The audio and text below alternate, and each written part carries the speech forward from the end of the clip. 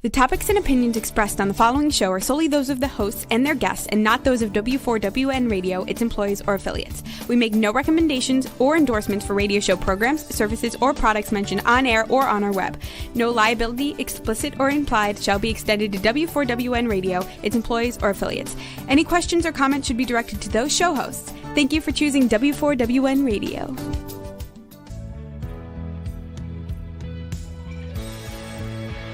Welcome to Success Secrets Exposed with Sally A. Curtis, where we share stories of challenge, success, and inspiration along with practical tips and strategies to move you forward to your success. And now, here's your host, Sally A. Curtis.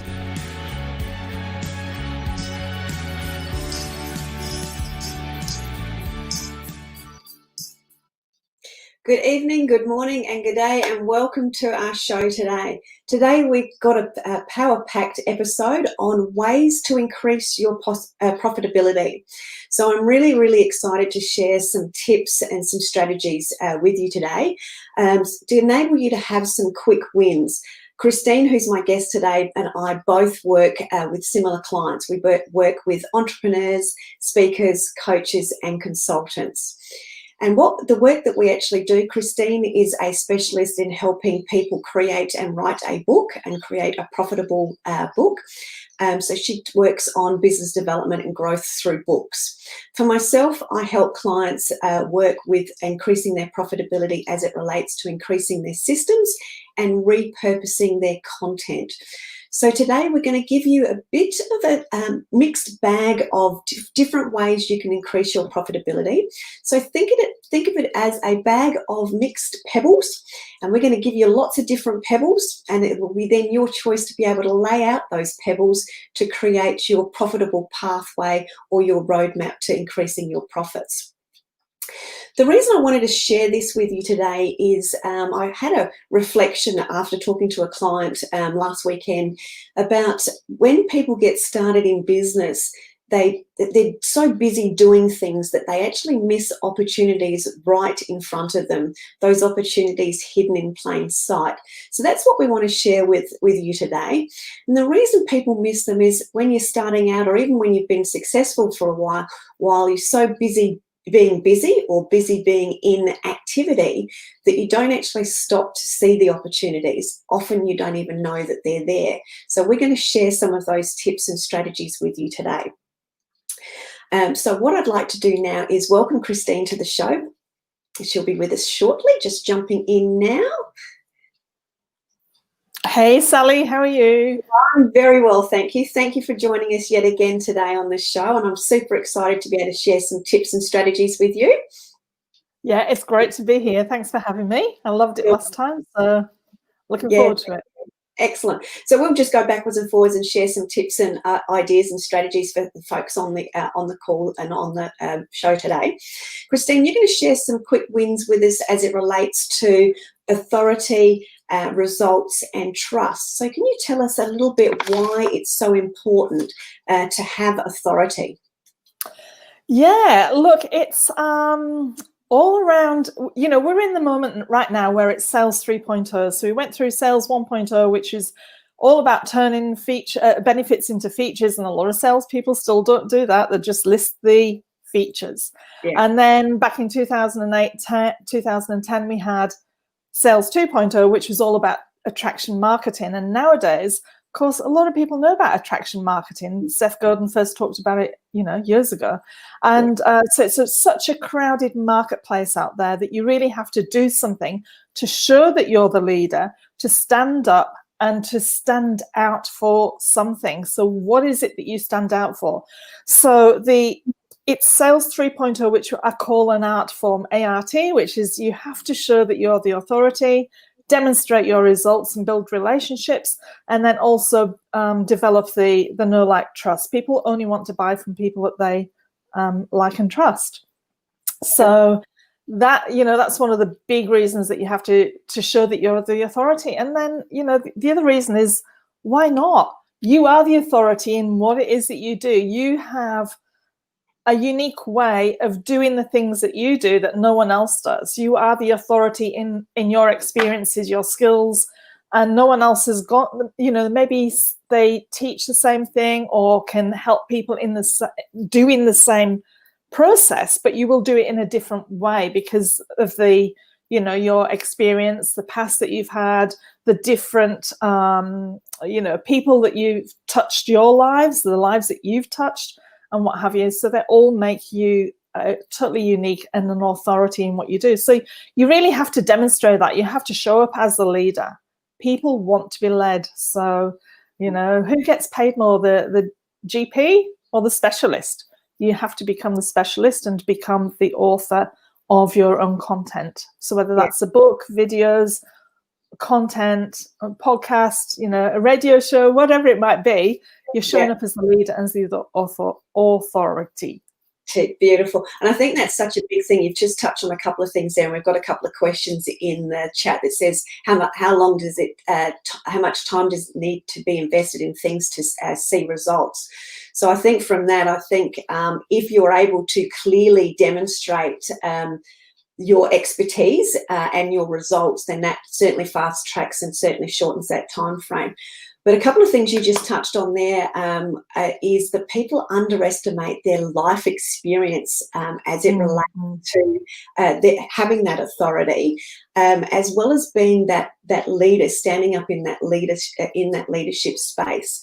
One of the key things I find working with the clients that I do, which is in that thought leadership space and in that speaker space, so they're used to creating content and they are experts in their field. So they have moved from that generalist to that specialist.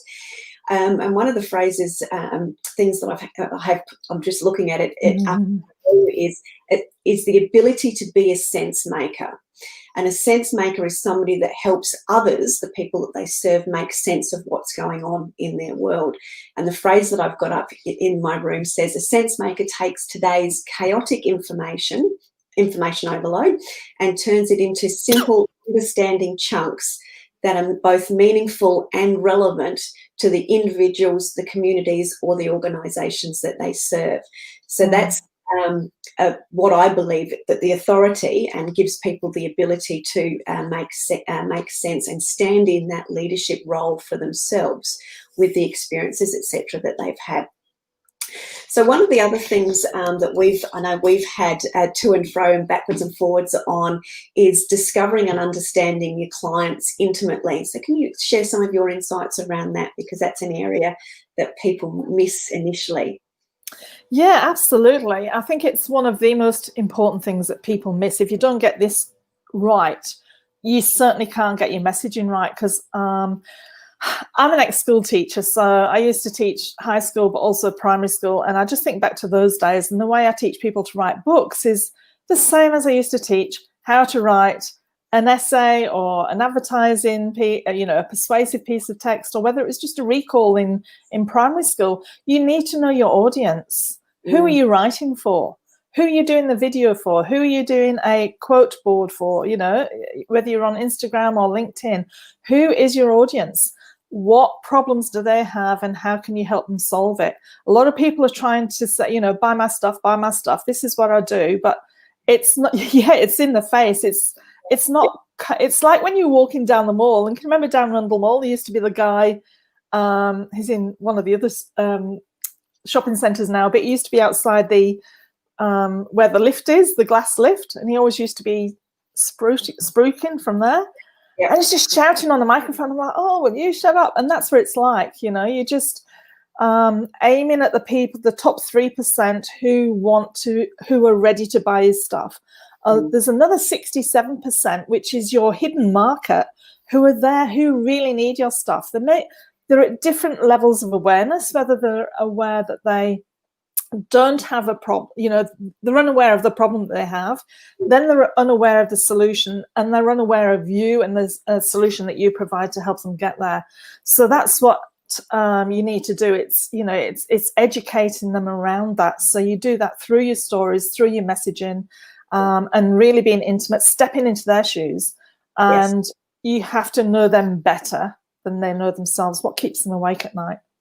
Beautiful. I've just another question in the chat box is, how do you determine your audience? So it's very much, and there's a key phrase in there, certainly knowing intimately, knowing their fears, the fears that they happily will share with others. We often talk about 3 levels of fears: the fears that they'll share around the water cooler, the fears that they'll share with their friends and maybe their family, but certainly some close friends. And then there's the fears that keeps them awake at night that they haven't actually really acknowledged yet. So when you're able to walk in their shoes, and when I'm with yourself working with clients, they say, "Oh my God, have you been a fly on my wall before?" Because we do understand the pains, the frustrations, their fears. But just going back to the questions, how do you determine it? Yes, you need to know those things, but you also need to know their desires. So you need to have been Absolutely. in their shoes, as you were saying. But was the question, how do you determine who is that person? Yeah, how do you determine your audience? It's your choice. Your choice. That's the beautiful thing about it. That's what's so rich and juicy. And who do you, if you had only one person to serve, who would it be? If you could only work with one person, then you could clone 100 of them. Who would that one person be? It might be someone that you're already working with now, or it might be someone who you're, like, I would just love one of my current clients who lives in Colorado. He's about to, it was supposed to come out in November, but it's coming out in January, and the Discovery Show. And it was with Grant Cardone, the underground billionaire. So he's been working with him during the process of, working with me. And it's just amazing. I would just love 100 of him. Well, no, 10 of him. That's all you need, 10 of him. You've had that experience because you've been in business for a while. So perhaps just answering that question for people that are actually on their journey. Yeah. Often we start with a calling, and this was certainly the case for me, was to help people like me not make the mistakes that I've made. So bounce off the clients as I had the ability to do, but to help people have forward movement without all of the mistakes. So often we actually start by serving a version of ourselves before we find the ideal clients that's more in tune with where we're really, really going. So Christine, you also talked about, so how do you actually, from your perspective, when you've either writing a book or going to write a book or are an author, how do you actually increase your authority through the book writing process? Yeah, that's a really good question, because a lot of people tell their story from their perspective. And once you understand your ideal client or audience or reader or viewer of a video, whatever content you're creating, once you understand them, then you can bring in stories, you can bring in case studies, you can bring in, and if you're starting out new, then you won't have any case studies. So what I did, and probably I'm sure what you did, Sally, when you first started, you went and you did the work for free. So you did the work for free for someone. So then you had a case study, then you had a testimonial that you can share. But the other thing is that you can use third-party stories. So, for example, with regards to what I'm currently doing with teaching people how to build 6 and 7 figures businesses from their book, with the book at the tip of the iceberg, a lot of the time I will be using third-party people who people viewing my video or my content or whatever will recognize. So like Brenda Mashard, Tony Robbins, Russell Brunson, Brene Brown, Lisa Sasevich, people. So I will be using those names and using them as examples. So that's what you can do when you're first starting out. It's bringing in stories, your own clients or third-party stories. You can also use metaphors. Metaphors are really good to give an image, and really quickly give an image in someone's mind. We think in pictures, so it's really helping to do that.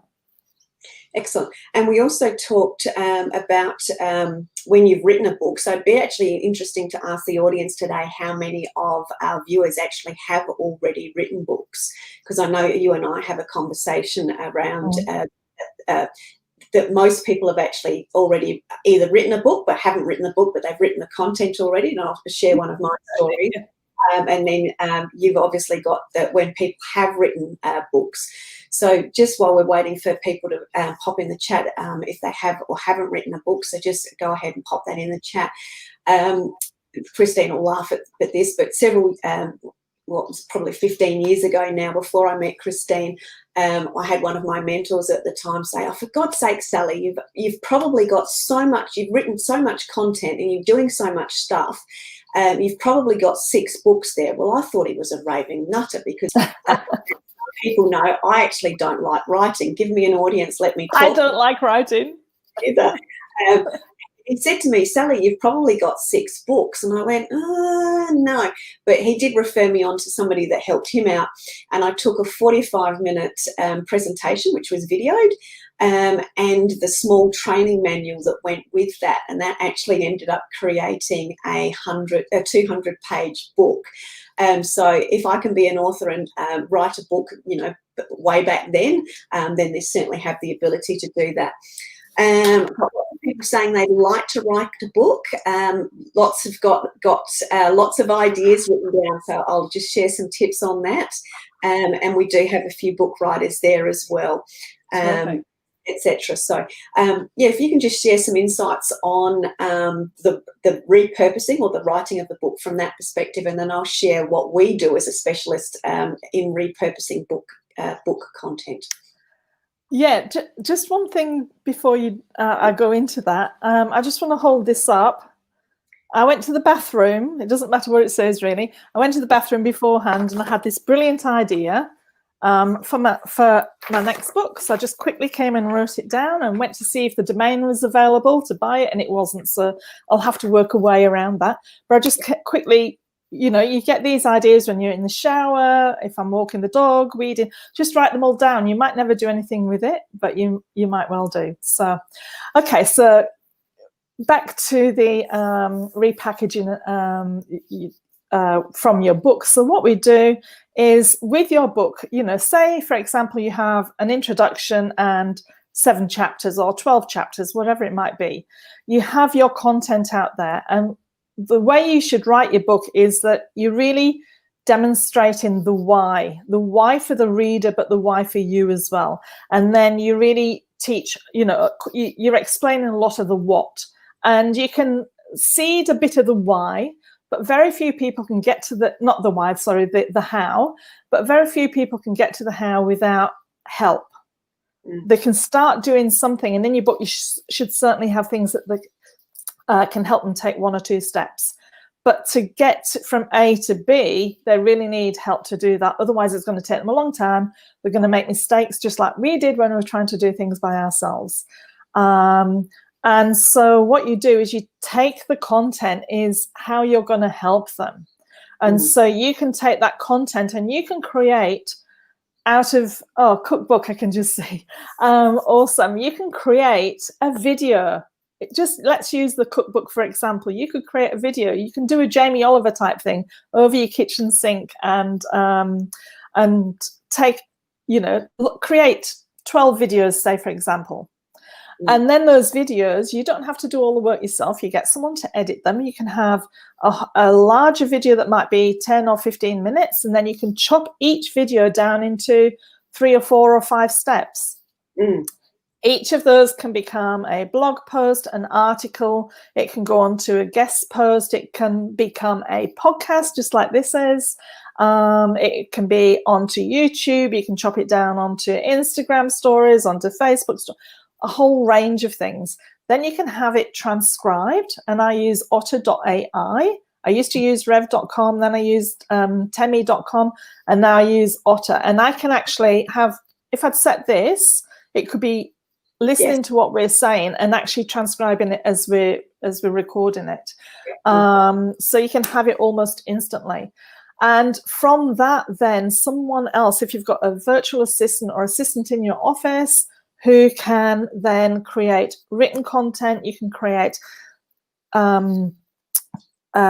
memes, GIFs, you can create quotes, images, a whole range of things for all different types of media. Beautiful. So that's what you've just gone through there, is just helping people to get their book started or to refine their book by using otter.com, for example, as a transcription to then collate the written word. Then it's a case of handing it over to a specialist that will help edit that into the correct format with the why, the what, and the how. And that's an area with the clients that I work with that they often need a hand, which is obviously why we work together, etc. through there. Yeah. Well, just to give people a bit of an idea of what the possibilities are, whether you've written an article or you've got a collection of articles that could form an ebook or could in fact form part of your own book. Part of the work that we do is, if people have written an article, we can turn that, as Christine was saying, into 15 plus visual tiles. And in a lot of cases, if someone's written a book, and a quick example, if someone's written an 80-page ebook, for example, we were able to turn that into 300 visual tiles. What I might do is give people a bit of an idea of what those visual tiles look like and how you can actually repurpose articles or books into bite-sized chunks. Remember that if we go back to that quote, a sense maker is somebody that creates simple to understand chunks of information. Because we're all so busy at the moment, we need bite-sized chunks, smaller. We don't necessarily want to read lots of stuff. So I'll just quickly share my screen and just to show you what some of these options could look like. Very quickly up on the screen. So this is just a really, really quick snapshot of some content tiles that we've created.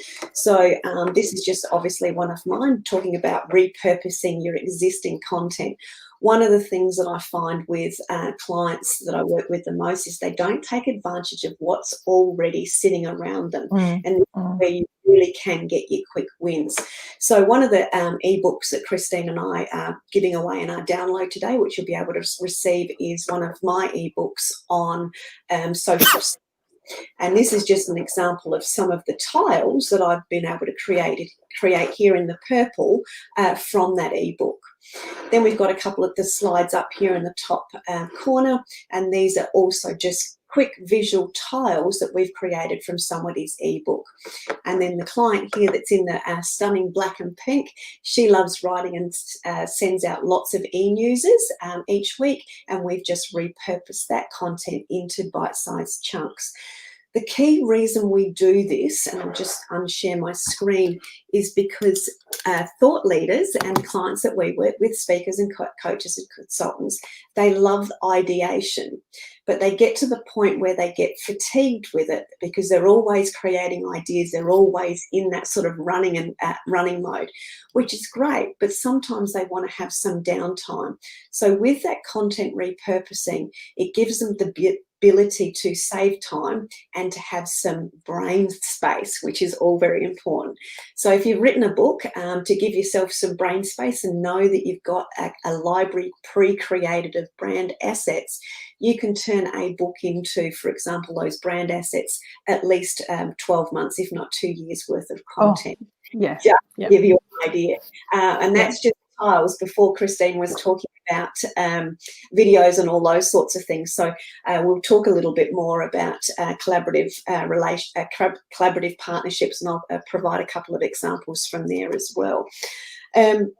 One of the other things that you were talking about, Christine, that I want to jump into next is results, but I've just remembered one of the key tips that I just wanted to also share with a lot of people in the comments is that we've obviously got a lot of writers listening to the show today. That generally means that they have got an e-news or a database that they're sending e-newsers out to, or they've got subscribers. So I'm curious to see how many, again, if you can just tell us if you do actually have a subscribers list.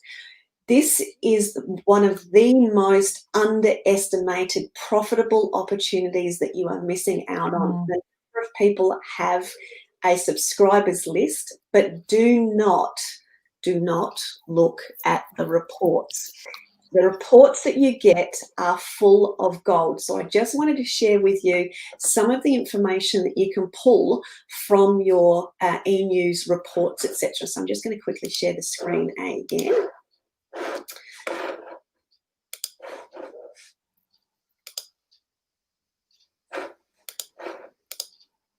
I'll just flick through that one. We'll come back to that slide. So let's have a look. This slide here, very, very quickly, is a quick example of the data that you can capture from your e-news or reports, etc. So if you have a look at the slide here, these are my campaigns, or the title of the e-news that I actually sent out. This column here in the middle is the number of times particular people have actually opened the e-news. Wow. Over here you can see that's the names of the people that have actually opened the e-news. So what this tells me, and I'm in the pink squares or rectangles, I've actually just highlighted the campaign that was called Plan Your Profits in Advance. And you can see there that Diane's open at 16 times, Gillian's open at 16 times, Eileen 13, and then we've gone down to a group of Anisha, Bernard and Jane that have opened at 7 times, Janet 7, etc. What this can tell you is that that particular e-news has captured their attention. There's something in it that has made them curious enough to keep going back to it.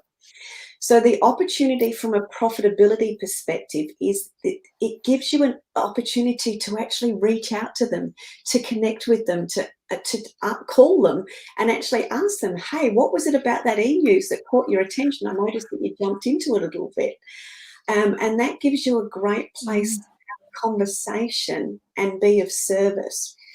Now, I'm just going to share one extra little element of what your reports can also show you.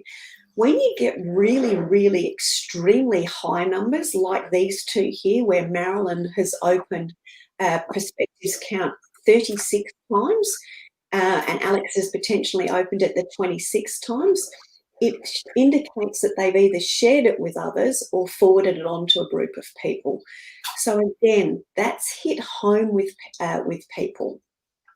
So please, one of the greatest profitability increasing opportunities you've got is have a look at your report, see who's opening a particular campaign with a level of frequency, reach out and have a conversation with them, pick up the phone, send them a message, send them an email, get into a conversation, because through conversations you can actually start to have meaningful connection and actually also achieve conversions and sales opportunities for yourself as well.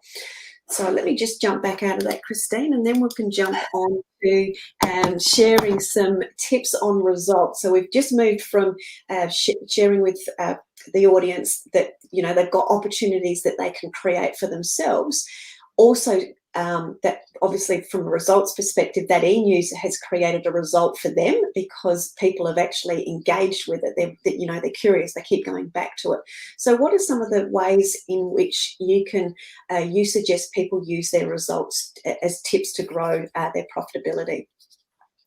One way is building the relationship by, you just mentioned about reaching out to people. So you have to have something there that is of high value for them that you give away for free, that then you receive their name and email address, or they, for me, a lot of my clients, will have them coming into a Facebook group, for example, where they can add more value.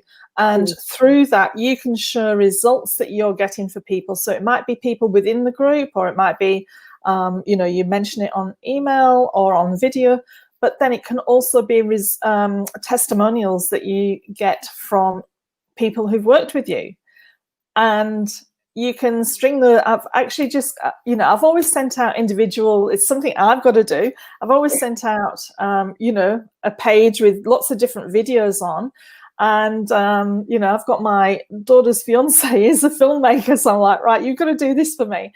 And I'm just going to give him all of my testimonials, and I want him to create like a little testimonial reel and just have some points going through them where we just snip in little parts of, each individual's testimonial going through to make it a bit more, interactive. And the other thing that you can do is obviously show like B-roll, if you have any footage, any B-roll of you presenting and talking to people. A lot of people want to be speaking more. Well, you have to show that you are a speaker.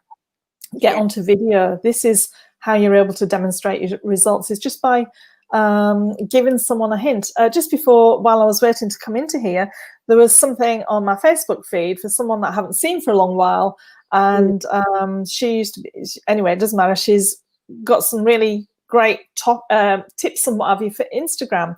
So she had a 5-minute video, and it was a quick snippet of what you should be doing on Instagram rather than what most people are teaching her. So she's standing out, she's going against what other people are showing, and it's showing how you can really use it. So that's showing that you know what you're talking about. You're not following the crowd. When other people are zigging, you should zag. That's another great thing.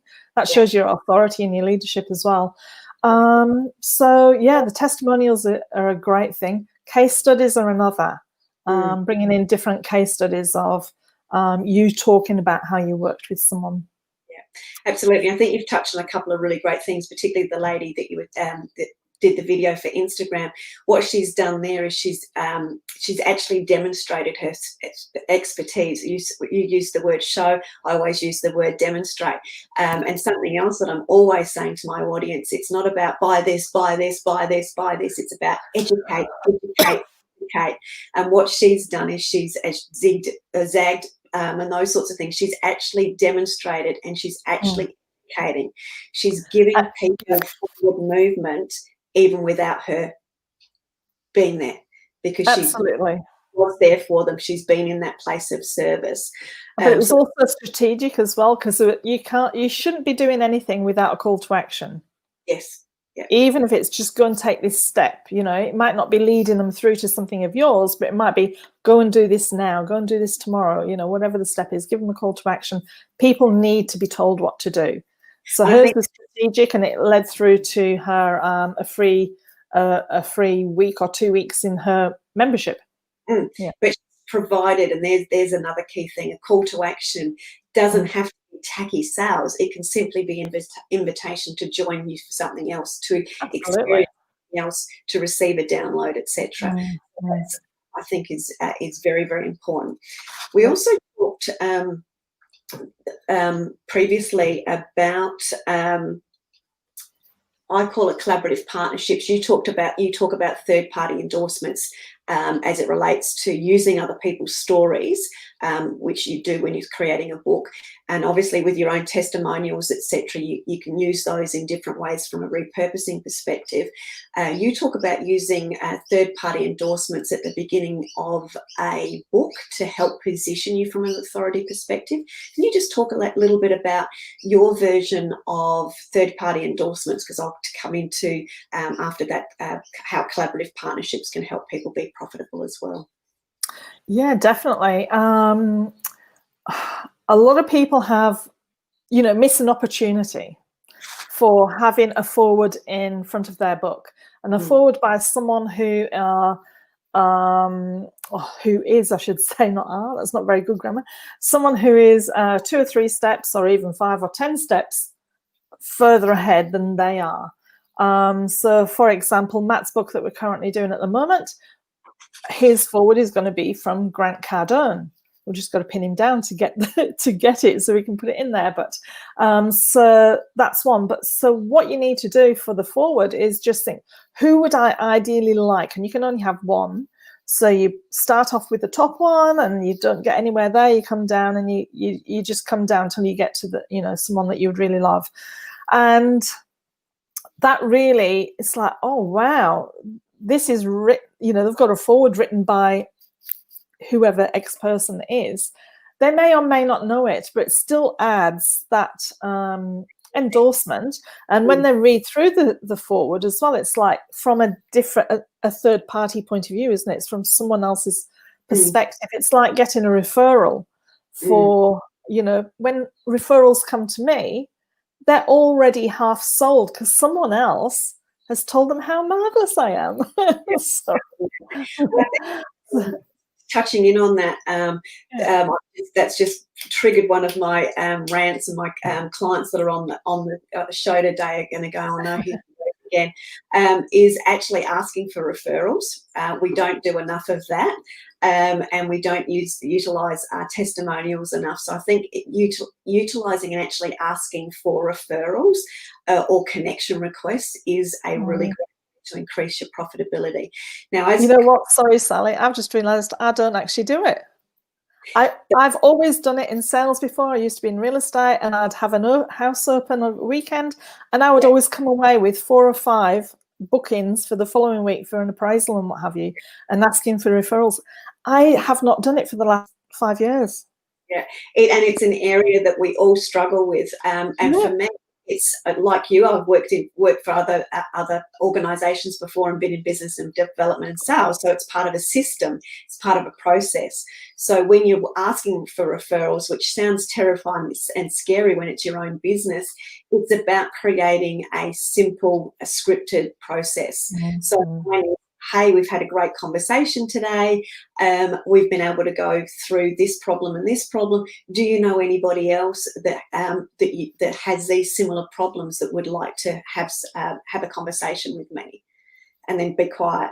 And then you sort of see them starting to think of people visually, and you go, oh, I just saw you think of somebody, and can you describe that person to me? And then you can get into a conversation, and away you go. So asking referrals doesn't have to be scary. So just on that tip, I'm going to come back to a quick note, and then I just want to jump on to the collaborative partnerships. From a database perspective, and you talk about social media, and I know you use social media a lot. I use LinkedIn a lot, and Facebook slightly less.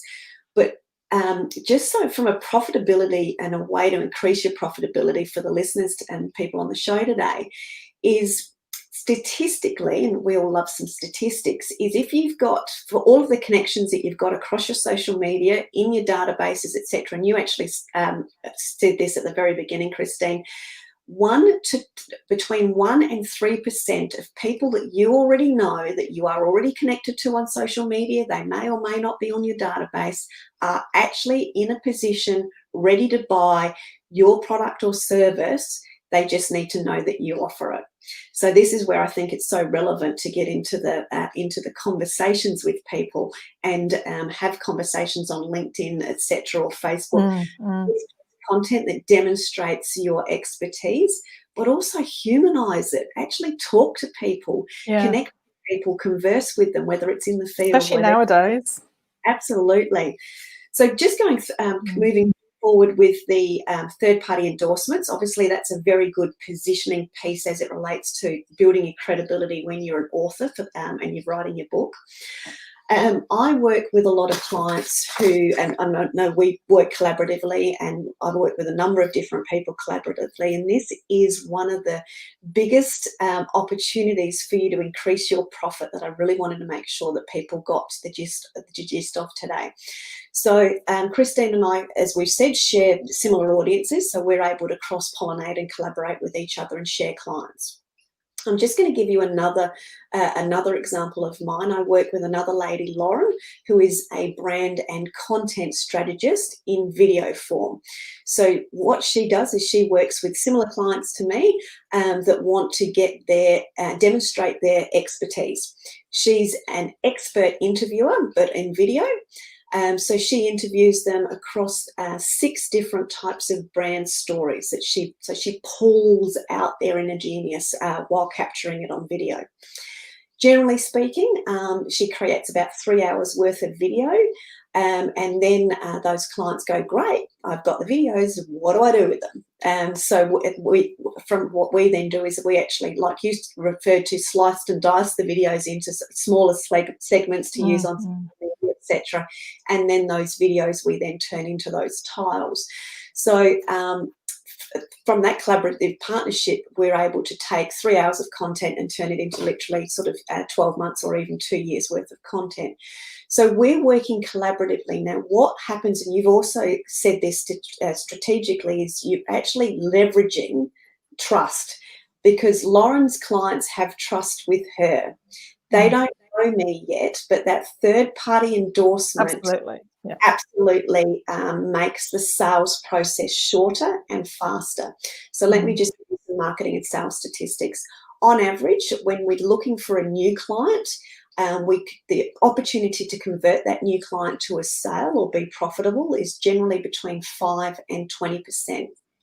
When we're working with our own existing clients, and we're working with them and they're looking at a new product or a new offering or service that we have, the likelihood conversion, because they trust us, they know, like, and trust us, is between 60 and 70%.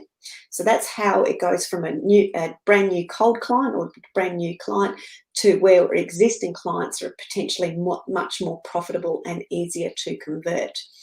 Now, the opportunity from a collaborative partnership perspective is that level of trust, and that percentage of 60 to 70% is the same because you're the third party endorsee. So when you work with collaborative partners, you are able to leverage their trust with their client and actually get to a sale faster. So another profitable opportunities to look at and consider working with other people in a collaborative manner and cross-pollinating and sharing clients. Can I, sorry, have you finished what you were saying about that bit? Yes, I just want to quickly give you some other sort of statistics around that.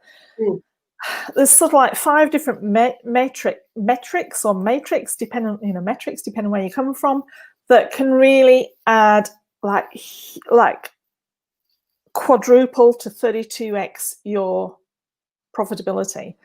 So they are, the first one is attention. So how do you get the attention? So you can either go out there and get organic attention by putting out lots more content, you can get paid, or you can work with people like Sally was just talking about, whether it's a joint venture partner or whether it's collaborative. And then it's converting those into leads. And then when you convert them into leads, then it's actually converting them into a paying client. So you have to have some sort of discussion or a sales page, whatever it might be, depending on the price point that you're working at. The next one is profitability. And then the last one is frequency. And you talked about frequency there. So people, when they come in, they're cold, they're icy cold, and then they get to know you a little bit more, and then they become warm, and then they become your hot market, and everything that you put out there, not everyone, but you've got certain people, whatever you put out there, they will buy. They're a hungry market for it. They know that you've got high value. So a lot of people just look at, I need to get more leads in. But how are they going to get them more leads? They're going to pay for them or whatever. Well, the first thing you need to do is get more attention. If you can double your attention and then double turning that attention into leads by giving them free value, that 4x's the end result. Like, I could do the maths here and show you, but I've got slides and everything for this. But if you were to just increase double each of these, so say, for example, your profit was 1,000 and you turned it overnight to 2,000 by adding more value. You're not just charging people more, you're adding more value. And you sold to them once, instead you sell to them twice in the year. By doing all of that, you 32x your business, your profitability. It's huge. Little incremental steps add up to a lot. Absolutely. And I think that's the key thing is it's not about doing those great big huge jumps. It's just doing little small incremental bits that all add together. Just quickly, as we've just with the last few minutes, one of the areas that I really wanted you to talk on, because I know you sort of specialize in this area, is as it relates to trust. What are some of your tips to help reduce buyer's remorse? I would say you underpromise and you overdeliver. Yeah, nice. For myself, sometimes it depends whether I'm working. I have do-it-yourself programs where people go off and they can start consuming straight away and working on that. I have group coaching where I work with people. I have one-on-ones. I have clients who are done for you, not do for you, like Matt, where we're starting straight away and we're doing everything by interviewing him and what have you. So I think the biggest place is where I've got that group coaching where it's like, here I've paid you the money and it might not start for 2 weeks. So you have to provide them something straight away. You have to get them into action straight away. So then they're not thinking about it. And the other thing is just being totally transparent and vulnerable, but having a way of addressing their pains but then really taking them to their desire, to their dreams, to their aspirations, really sowing the seed, or, you know, given the vision of what it can be like. And really, you know, we love to buy, but we hate to be sold to. So it's, we, you know, buy on logic, and then, sorry, we buy on emotion, and then we sell, justify it with logic. So you have to really, you know, go through that and show them how much value. Give them something straight away that they can get started on, get them excited, keep communication lines open. Yeah, if you've got someone else who can get in touch with them, whether it's a client, you know, another client, or a team member, for a lot of people, they might be working completely on their own. So it's just, you know, keep that communication lines open. Getting them into that forward movement and keeping them moving forward. So just getting some results quickly. Yeah, absolutely. So a bit of a recap today. Obviously, we've covered a lot, and Christine's got a great ebook that she's able to share with people. I've got the ebooks there as well. So there's one on collaborative partnerships, there's one on how to increase your profitability, and there's also ones on social selling. So you can find that in the ticker along the bottom that'll come up. And the download resource is at gettalk.at/profit. So you'll be able to, which is just going across the screen now. So as a bit of a recap of how you can actually increase your profitability and the ways that you can do that. Become a specialist, not a generalist. And the key thing is specialize in one particular client audience to start with. No, you're not going to be married to it forever. You will have the opportunity to have different clients, but start with one and know them really, really well. It makes making your messaging easier and getting into action and gaining results and profitability much quicker. It also increases your own confidence, which keeps you excited and spurred on. Know that audience intimately, as though you're a fly on their wall, and that you know them and their life better than they do. Become a sense maker. Help people take chaos that's going in their world and make it simple and understand and relevant to them. Also, great time saver and a great way to increase your visibility, engagement, is repurposing your content. Yes, we know as thought leaders and speakers, you love ideation, but just give yourself a brain break. Just look at repurposing that content into the bite-sized chunks, etc., that we showed you. And for God's sakes, if I'm going to have a rant, make sure you look at your reports in your subscribers list. There is opportunities for selling there straight away. Look to your existing connections in your databases, in your social media. Just out of one of my keynotes, 87% of business sits in your network untapped. So look at your existing network for collaborative opportunities, to educate them on who you're looking for and who you serve as clients, because they can be really good referral sources as well. So obviously they're asking for referrals. And just consider for yourself, there's so many opportunities sitting around you. Just work out which one or two you want to focus on for the next 2 or 3 months, and that will be a great way for you to increase your profits, etc. So just going on to next week's show. Sorry, just before you do that, can I just add, if you want videos around that, how to 32x your results and income, and I think there's also a book and slides and everything there as well. If you go to magnifyyourmessage.today, magnifyyourmessage.today. Excellent, thank you. So there's some other great resources for everyone there to take advantage of today. So beautiful. So sorry, the screen's just flashed up. I wasn't quite sure what was happening there. So just to recap what we've got coming up next week on the show, we've got Laura Wentworth, who is a lawyer or ex-lawyer who now helps lawyers be more resilient.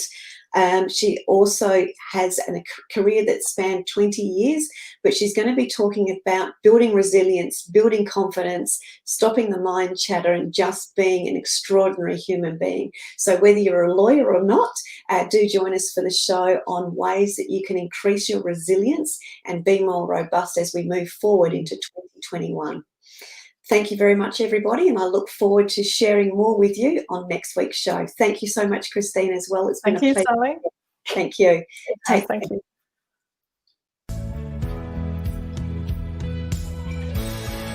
That's it for this week's episode. Thank you so much for joining us. I trust you got some inspirational tips to move you forward. See you next Thursday at 7 p.m. Eastern for more Success Secrets Exposed.